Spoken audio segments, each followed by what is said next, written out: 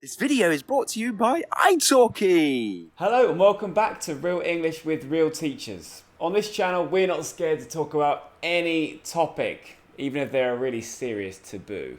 So today we're talking about drugs. You're watching Real English with Real Teachers. Real Teachers. So the first one we have is just a couple of verbs we use when we talk about the consumption of drugs. So when you take drugs.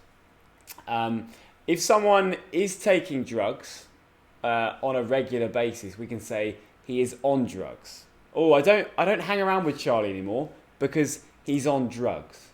Fair enough, yeah. Or you could say to take drugs, yeah, to take drugs. Or he's using. Yeah, or you can even say he's a user. Oh, Charlie's a user. You know, he needs to get some help. He's a bit of a user. Yeah, a user. Or you could just say I am doing drugs, or they do drugs. Do you do drugs?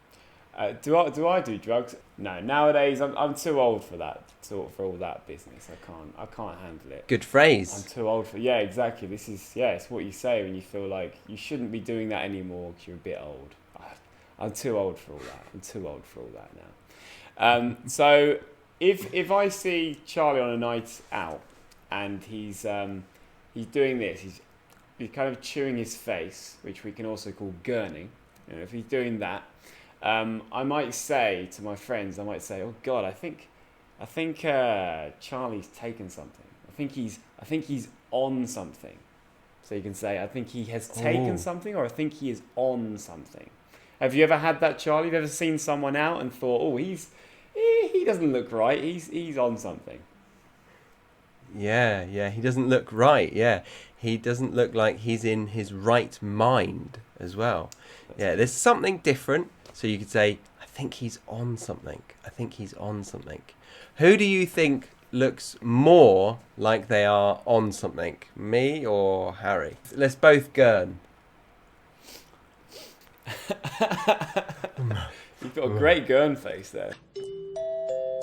We'll get back to the video shortly, but I'd like to tell you that this video is brought to you by italki, a website that helps you learn languages in the most efficient way.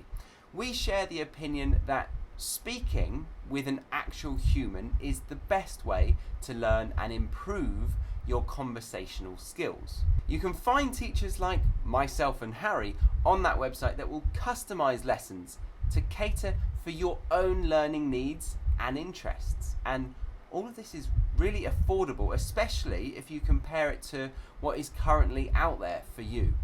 Offline tutors or face-to-face tutors are on average 30% more expensive than online tutors through italki.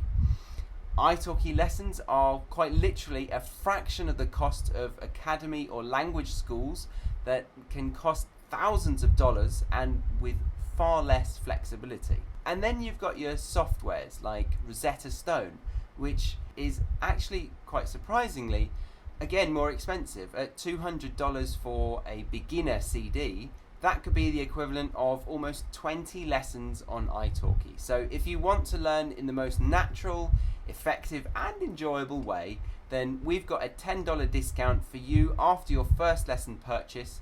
So click that link in the description box and hey, I'd be honoured to be your first italki tutor.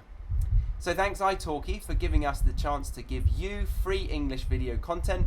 Let's get back to where we were in the video. So now we've got a really nice phrasal verb to use when we talk about when you buy drugs. And a colloquial way to say it is to pick up drugs. So, for example, I could say, last night I picked up a bag of weed. I picked up a bag of weed. So it means I called my dealer and... Oh, you've got a dealer, have you? He came to my house. Caught you? No, I don't have I'm making examples, Charlie. I don't really take drugs, all right? But if I did, I would have a dealer. And I'd call him and say, hey, dealer. Probably call him by his actual name, not dealer. Dealer A. Yeah. Oh, it's dealer B, sorry. I meant to call dealer A.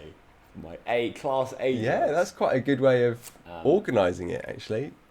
Dealer A, dealer B, dealer C. It is, yeah. Maybe we should talk about that actually. Class A, Class B, and Class C drugs. That's quite interesting. Maybe it's different in other countries. Yeah. So weed or marijuana is a Class C, or is it now higher? It's actually B now. Yeah. So what does the classing mean? So Class A is the most like severe or dangerous drugs, like heroin, but also like stimulants, like cocaine is the Class A drug. MDMA, ecstasy, these are Class A drugs. Class B would be like marijuana. Class C, what would be a Class C drug? I don't know. Alcohol? Glue sniffing? Glue, yeah, maybe glue's a Class C drug. Yeah. But this is the UK, so this is what the UK's law has determined, and in other countries it's completely different. We'd like to know what your countries allow or disallow. Like in America, a lot of the states, weed, it's not even close to a Class B because it's totally legal. You can buy it in a legal shop. Yeah, it's true.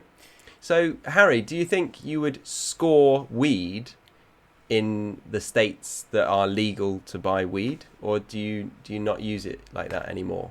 Because to score drugs would be to get drugs, but does that mean like when it's illegal? Yeah, that's an interesting question, isn't it? I guess it, if you pick up or if you score drugs, it means you're getting it from a dealer and it's illegal.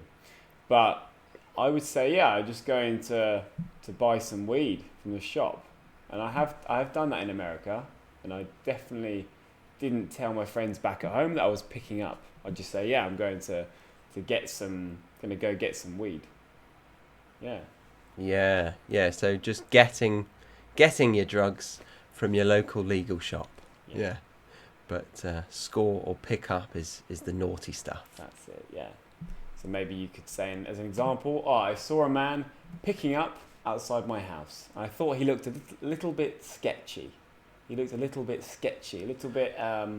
suspicious. Yeah, sketchy, suspicious, or maybe untrustworthy. Dodgy. Yeah.